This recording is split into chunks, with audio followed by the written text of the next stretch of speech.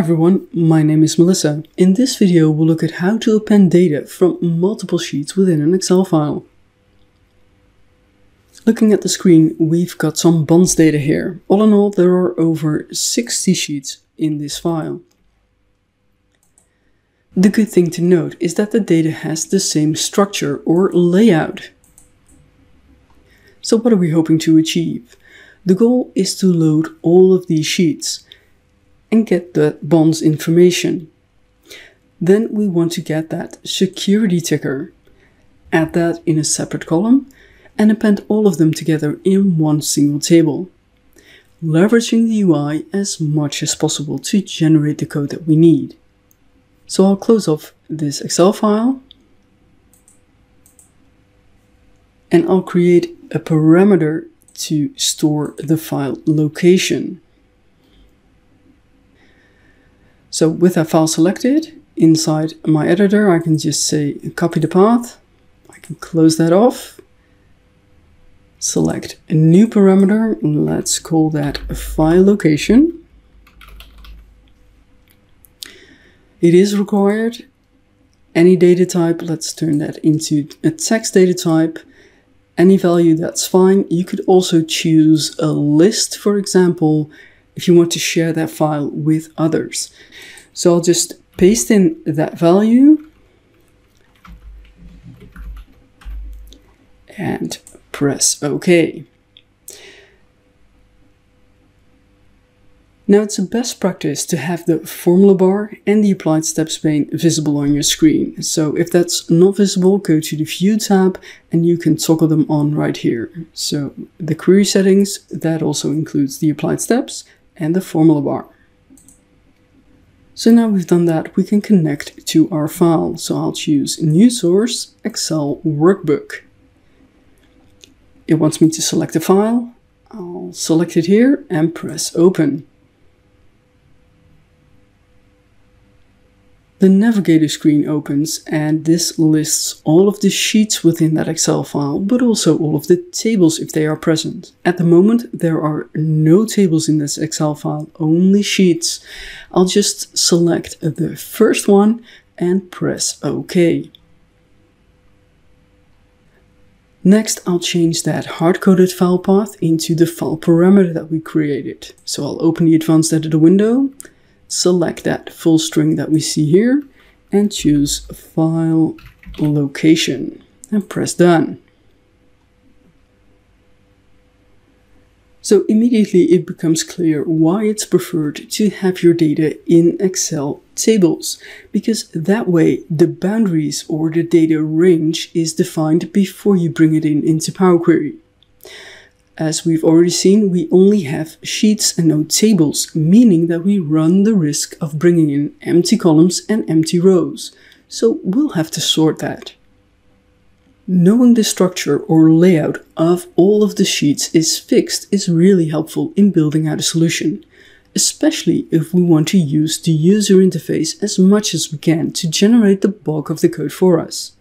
For example, one requirement is to add a column that contains the security ticker. Now, if we look at our data, that's positioned right here in this cell. But how can we extract that value? And this is somewhere where the user interface can help us out. All we have to do is right-click in that cell and select Add as New Query. In the formula bar, we can see that the table name is followed by a zero-based row number in between curly brackets. Those are the positional index operators. And the field name is enclosed in a set of square brackets. That's the field access operator. So with this code, we can extract that value. Let's step back to our bond table. Let's also get that bonds data in a shape that we require. So first, I'll remove the top 8 rows.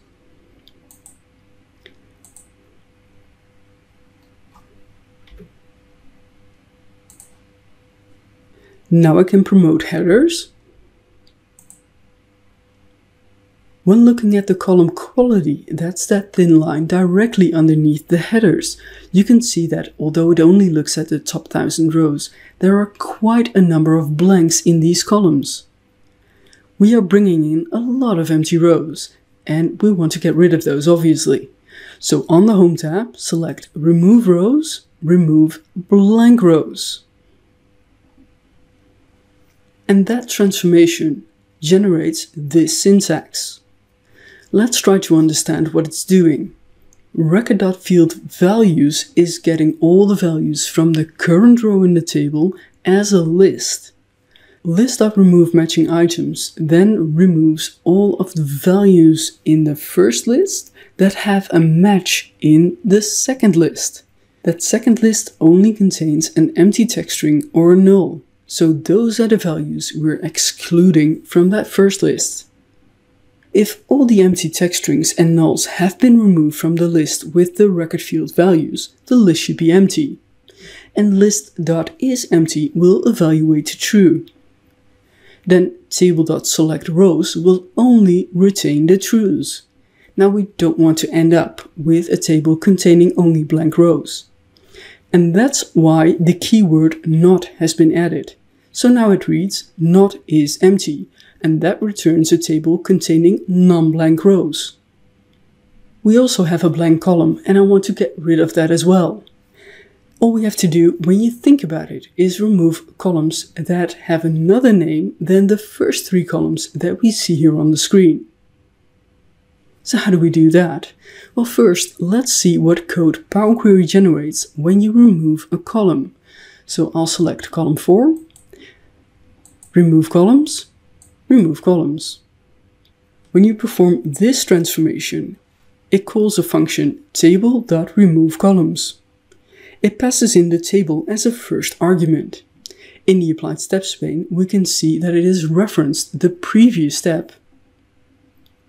And finally, it passes a list, because we see those curly brackets, containing the column name of the columns that you want to remove.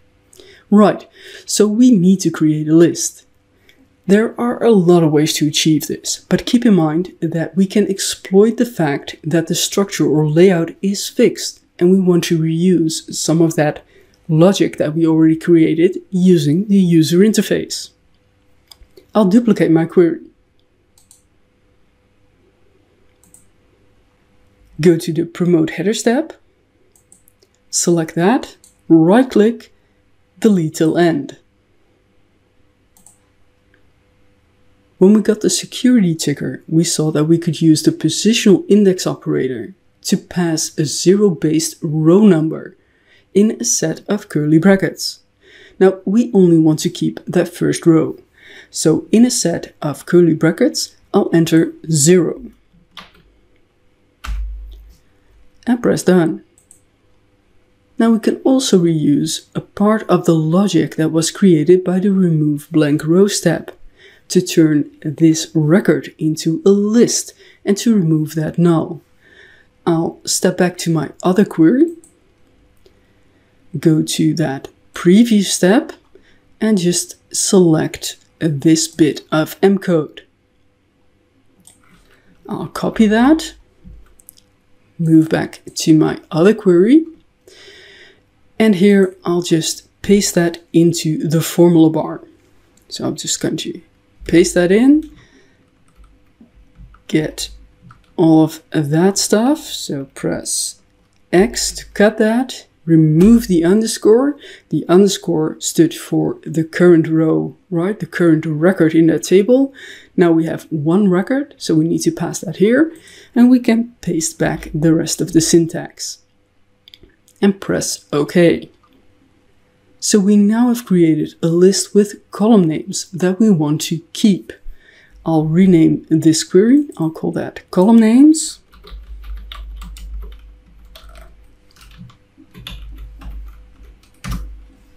And step back to our bonds table. Now we've created a query that contains all of the column names that we want to keep. And inside that function Table.RemoveColumns, we need to list all of the columns that we want to exclude.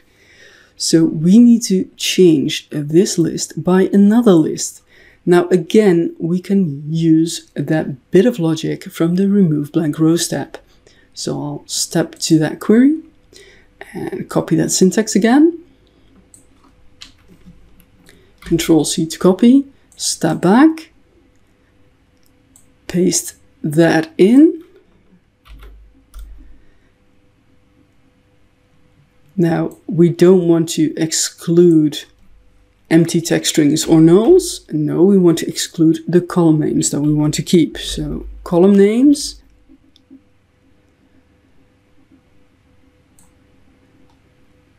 And now we need to pass it a list with the actual column names from this table.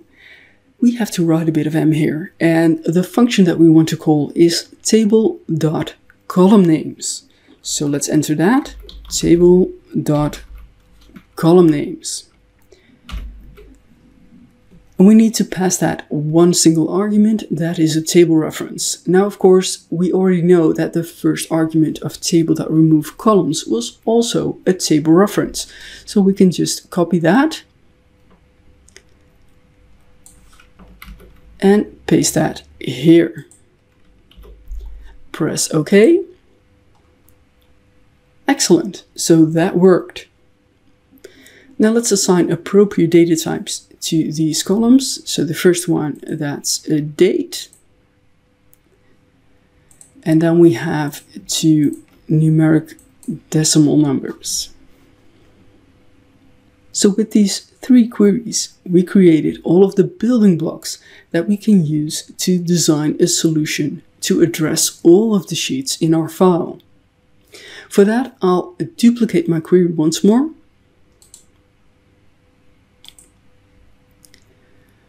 So I can reference that because that contains our solution.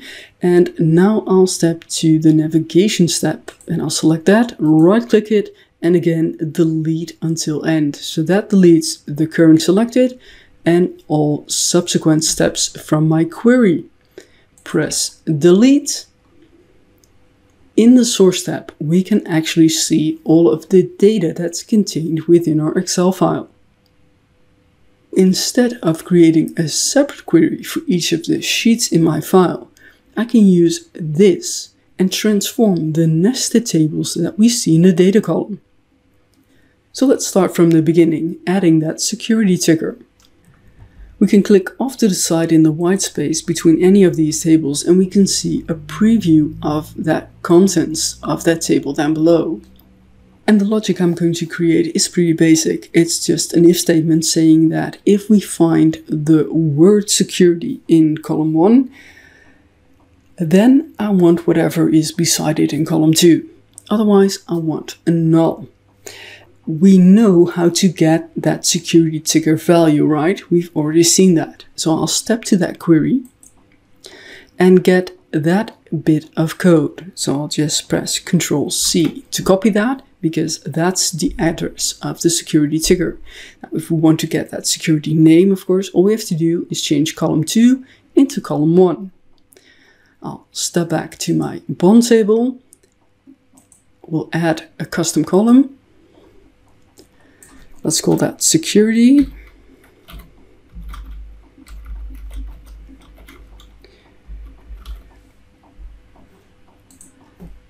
And let's write some M. If, where is our table? Our table is in the data column, so we'll pass that. Then we can paste in the address that we're looking for. Now, of course, we wanted to look that text string up first. So we need to change this into a 1, referencing column 1. If that is equal to the text security,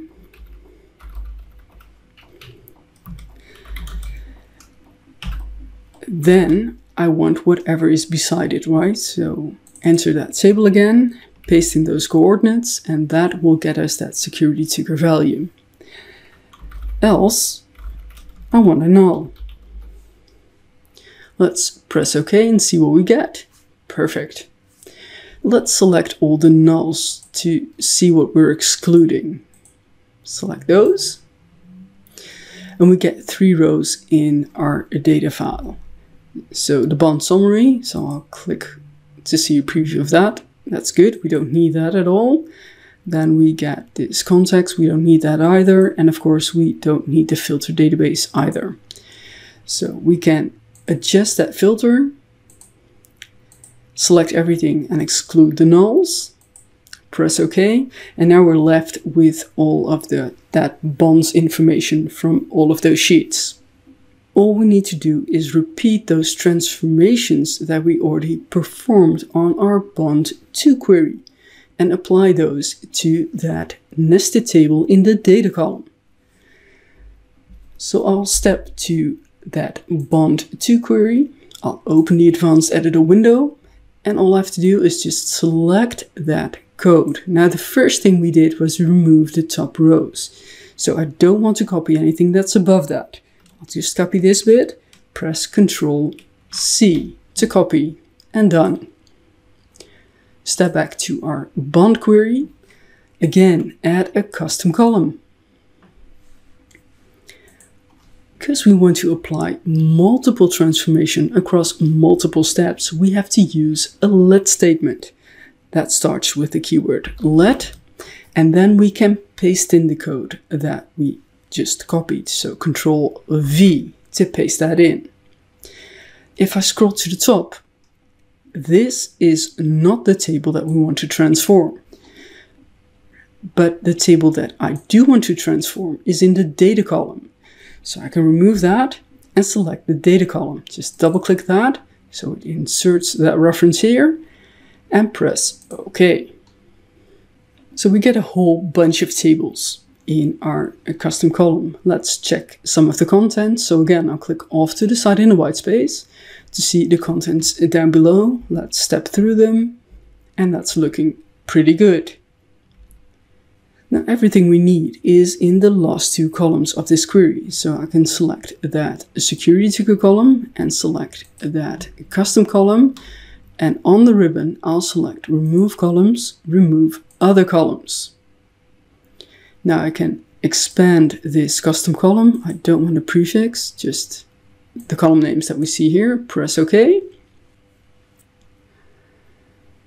Let's validate this. So down below, I'll select a column profiling to be performed on the entire data set, not just the top 1000 rows, because we had a lot of sheets, right? And we see an error pop up in the data column. So we have to check that out. I'll go to that column, and let's just say that we want to keep errors. So we can examine what is the cause of that. So we've got no values whatsoever. We do have an error here, so let's see that. They couldn't parse the input as a date value, and that's correct because this is a text value. All right, so I can X that step out, select that column again, and now I can remove rows with errors. Set column profiling back to the top 1000 rows. Just to note, you could create a query to report on the errors that you're excluding from your dataset, but that's a whole new topic entirely, so I won't cover that here. Just know that you can. So instead of creating 60+ separate queries and performing all those transformation steps over and over again, we've now created one master query that performs all of the transformations and appends that data together. I hope you've enjoyed this user interface driven solution. Thank you so much for watching. All the best. Hey everyone, thanks for tuning in to Enterprise DNA TV. If you enjoyed the content covered in this particular tutorial, please throw the video a like. It really helps us and we really appreciate it.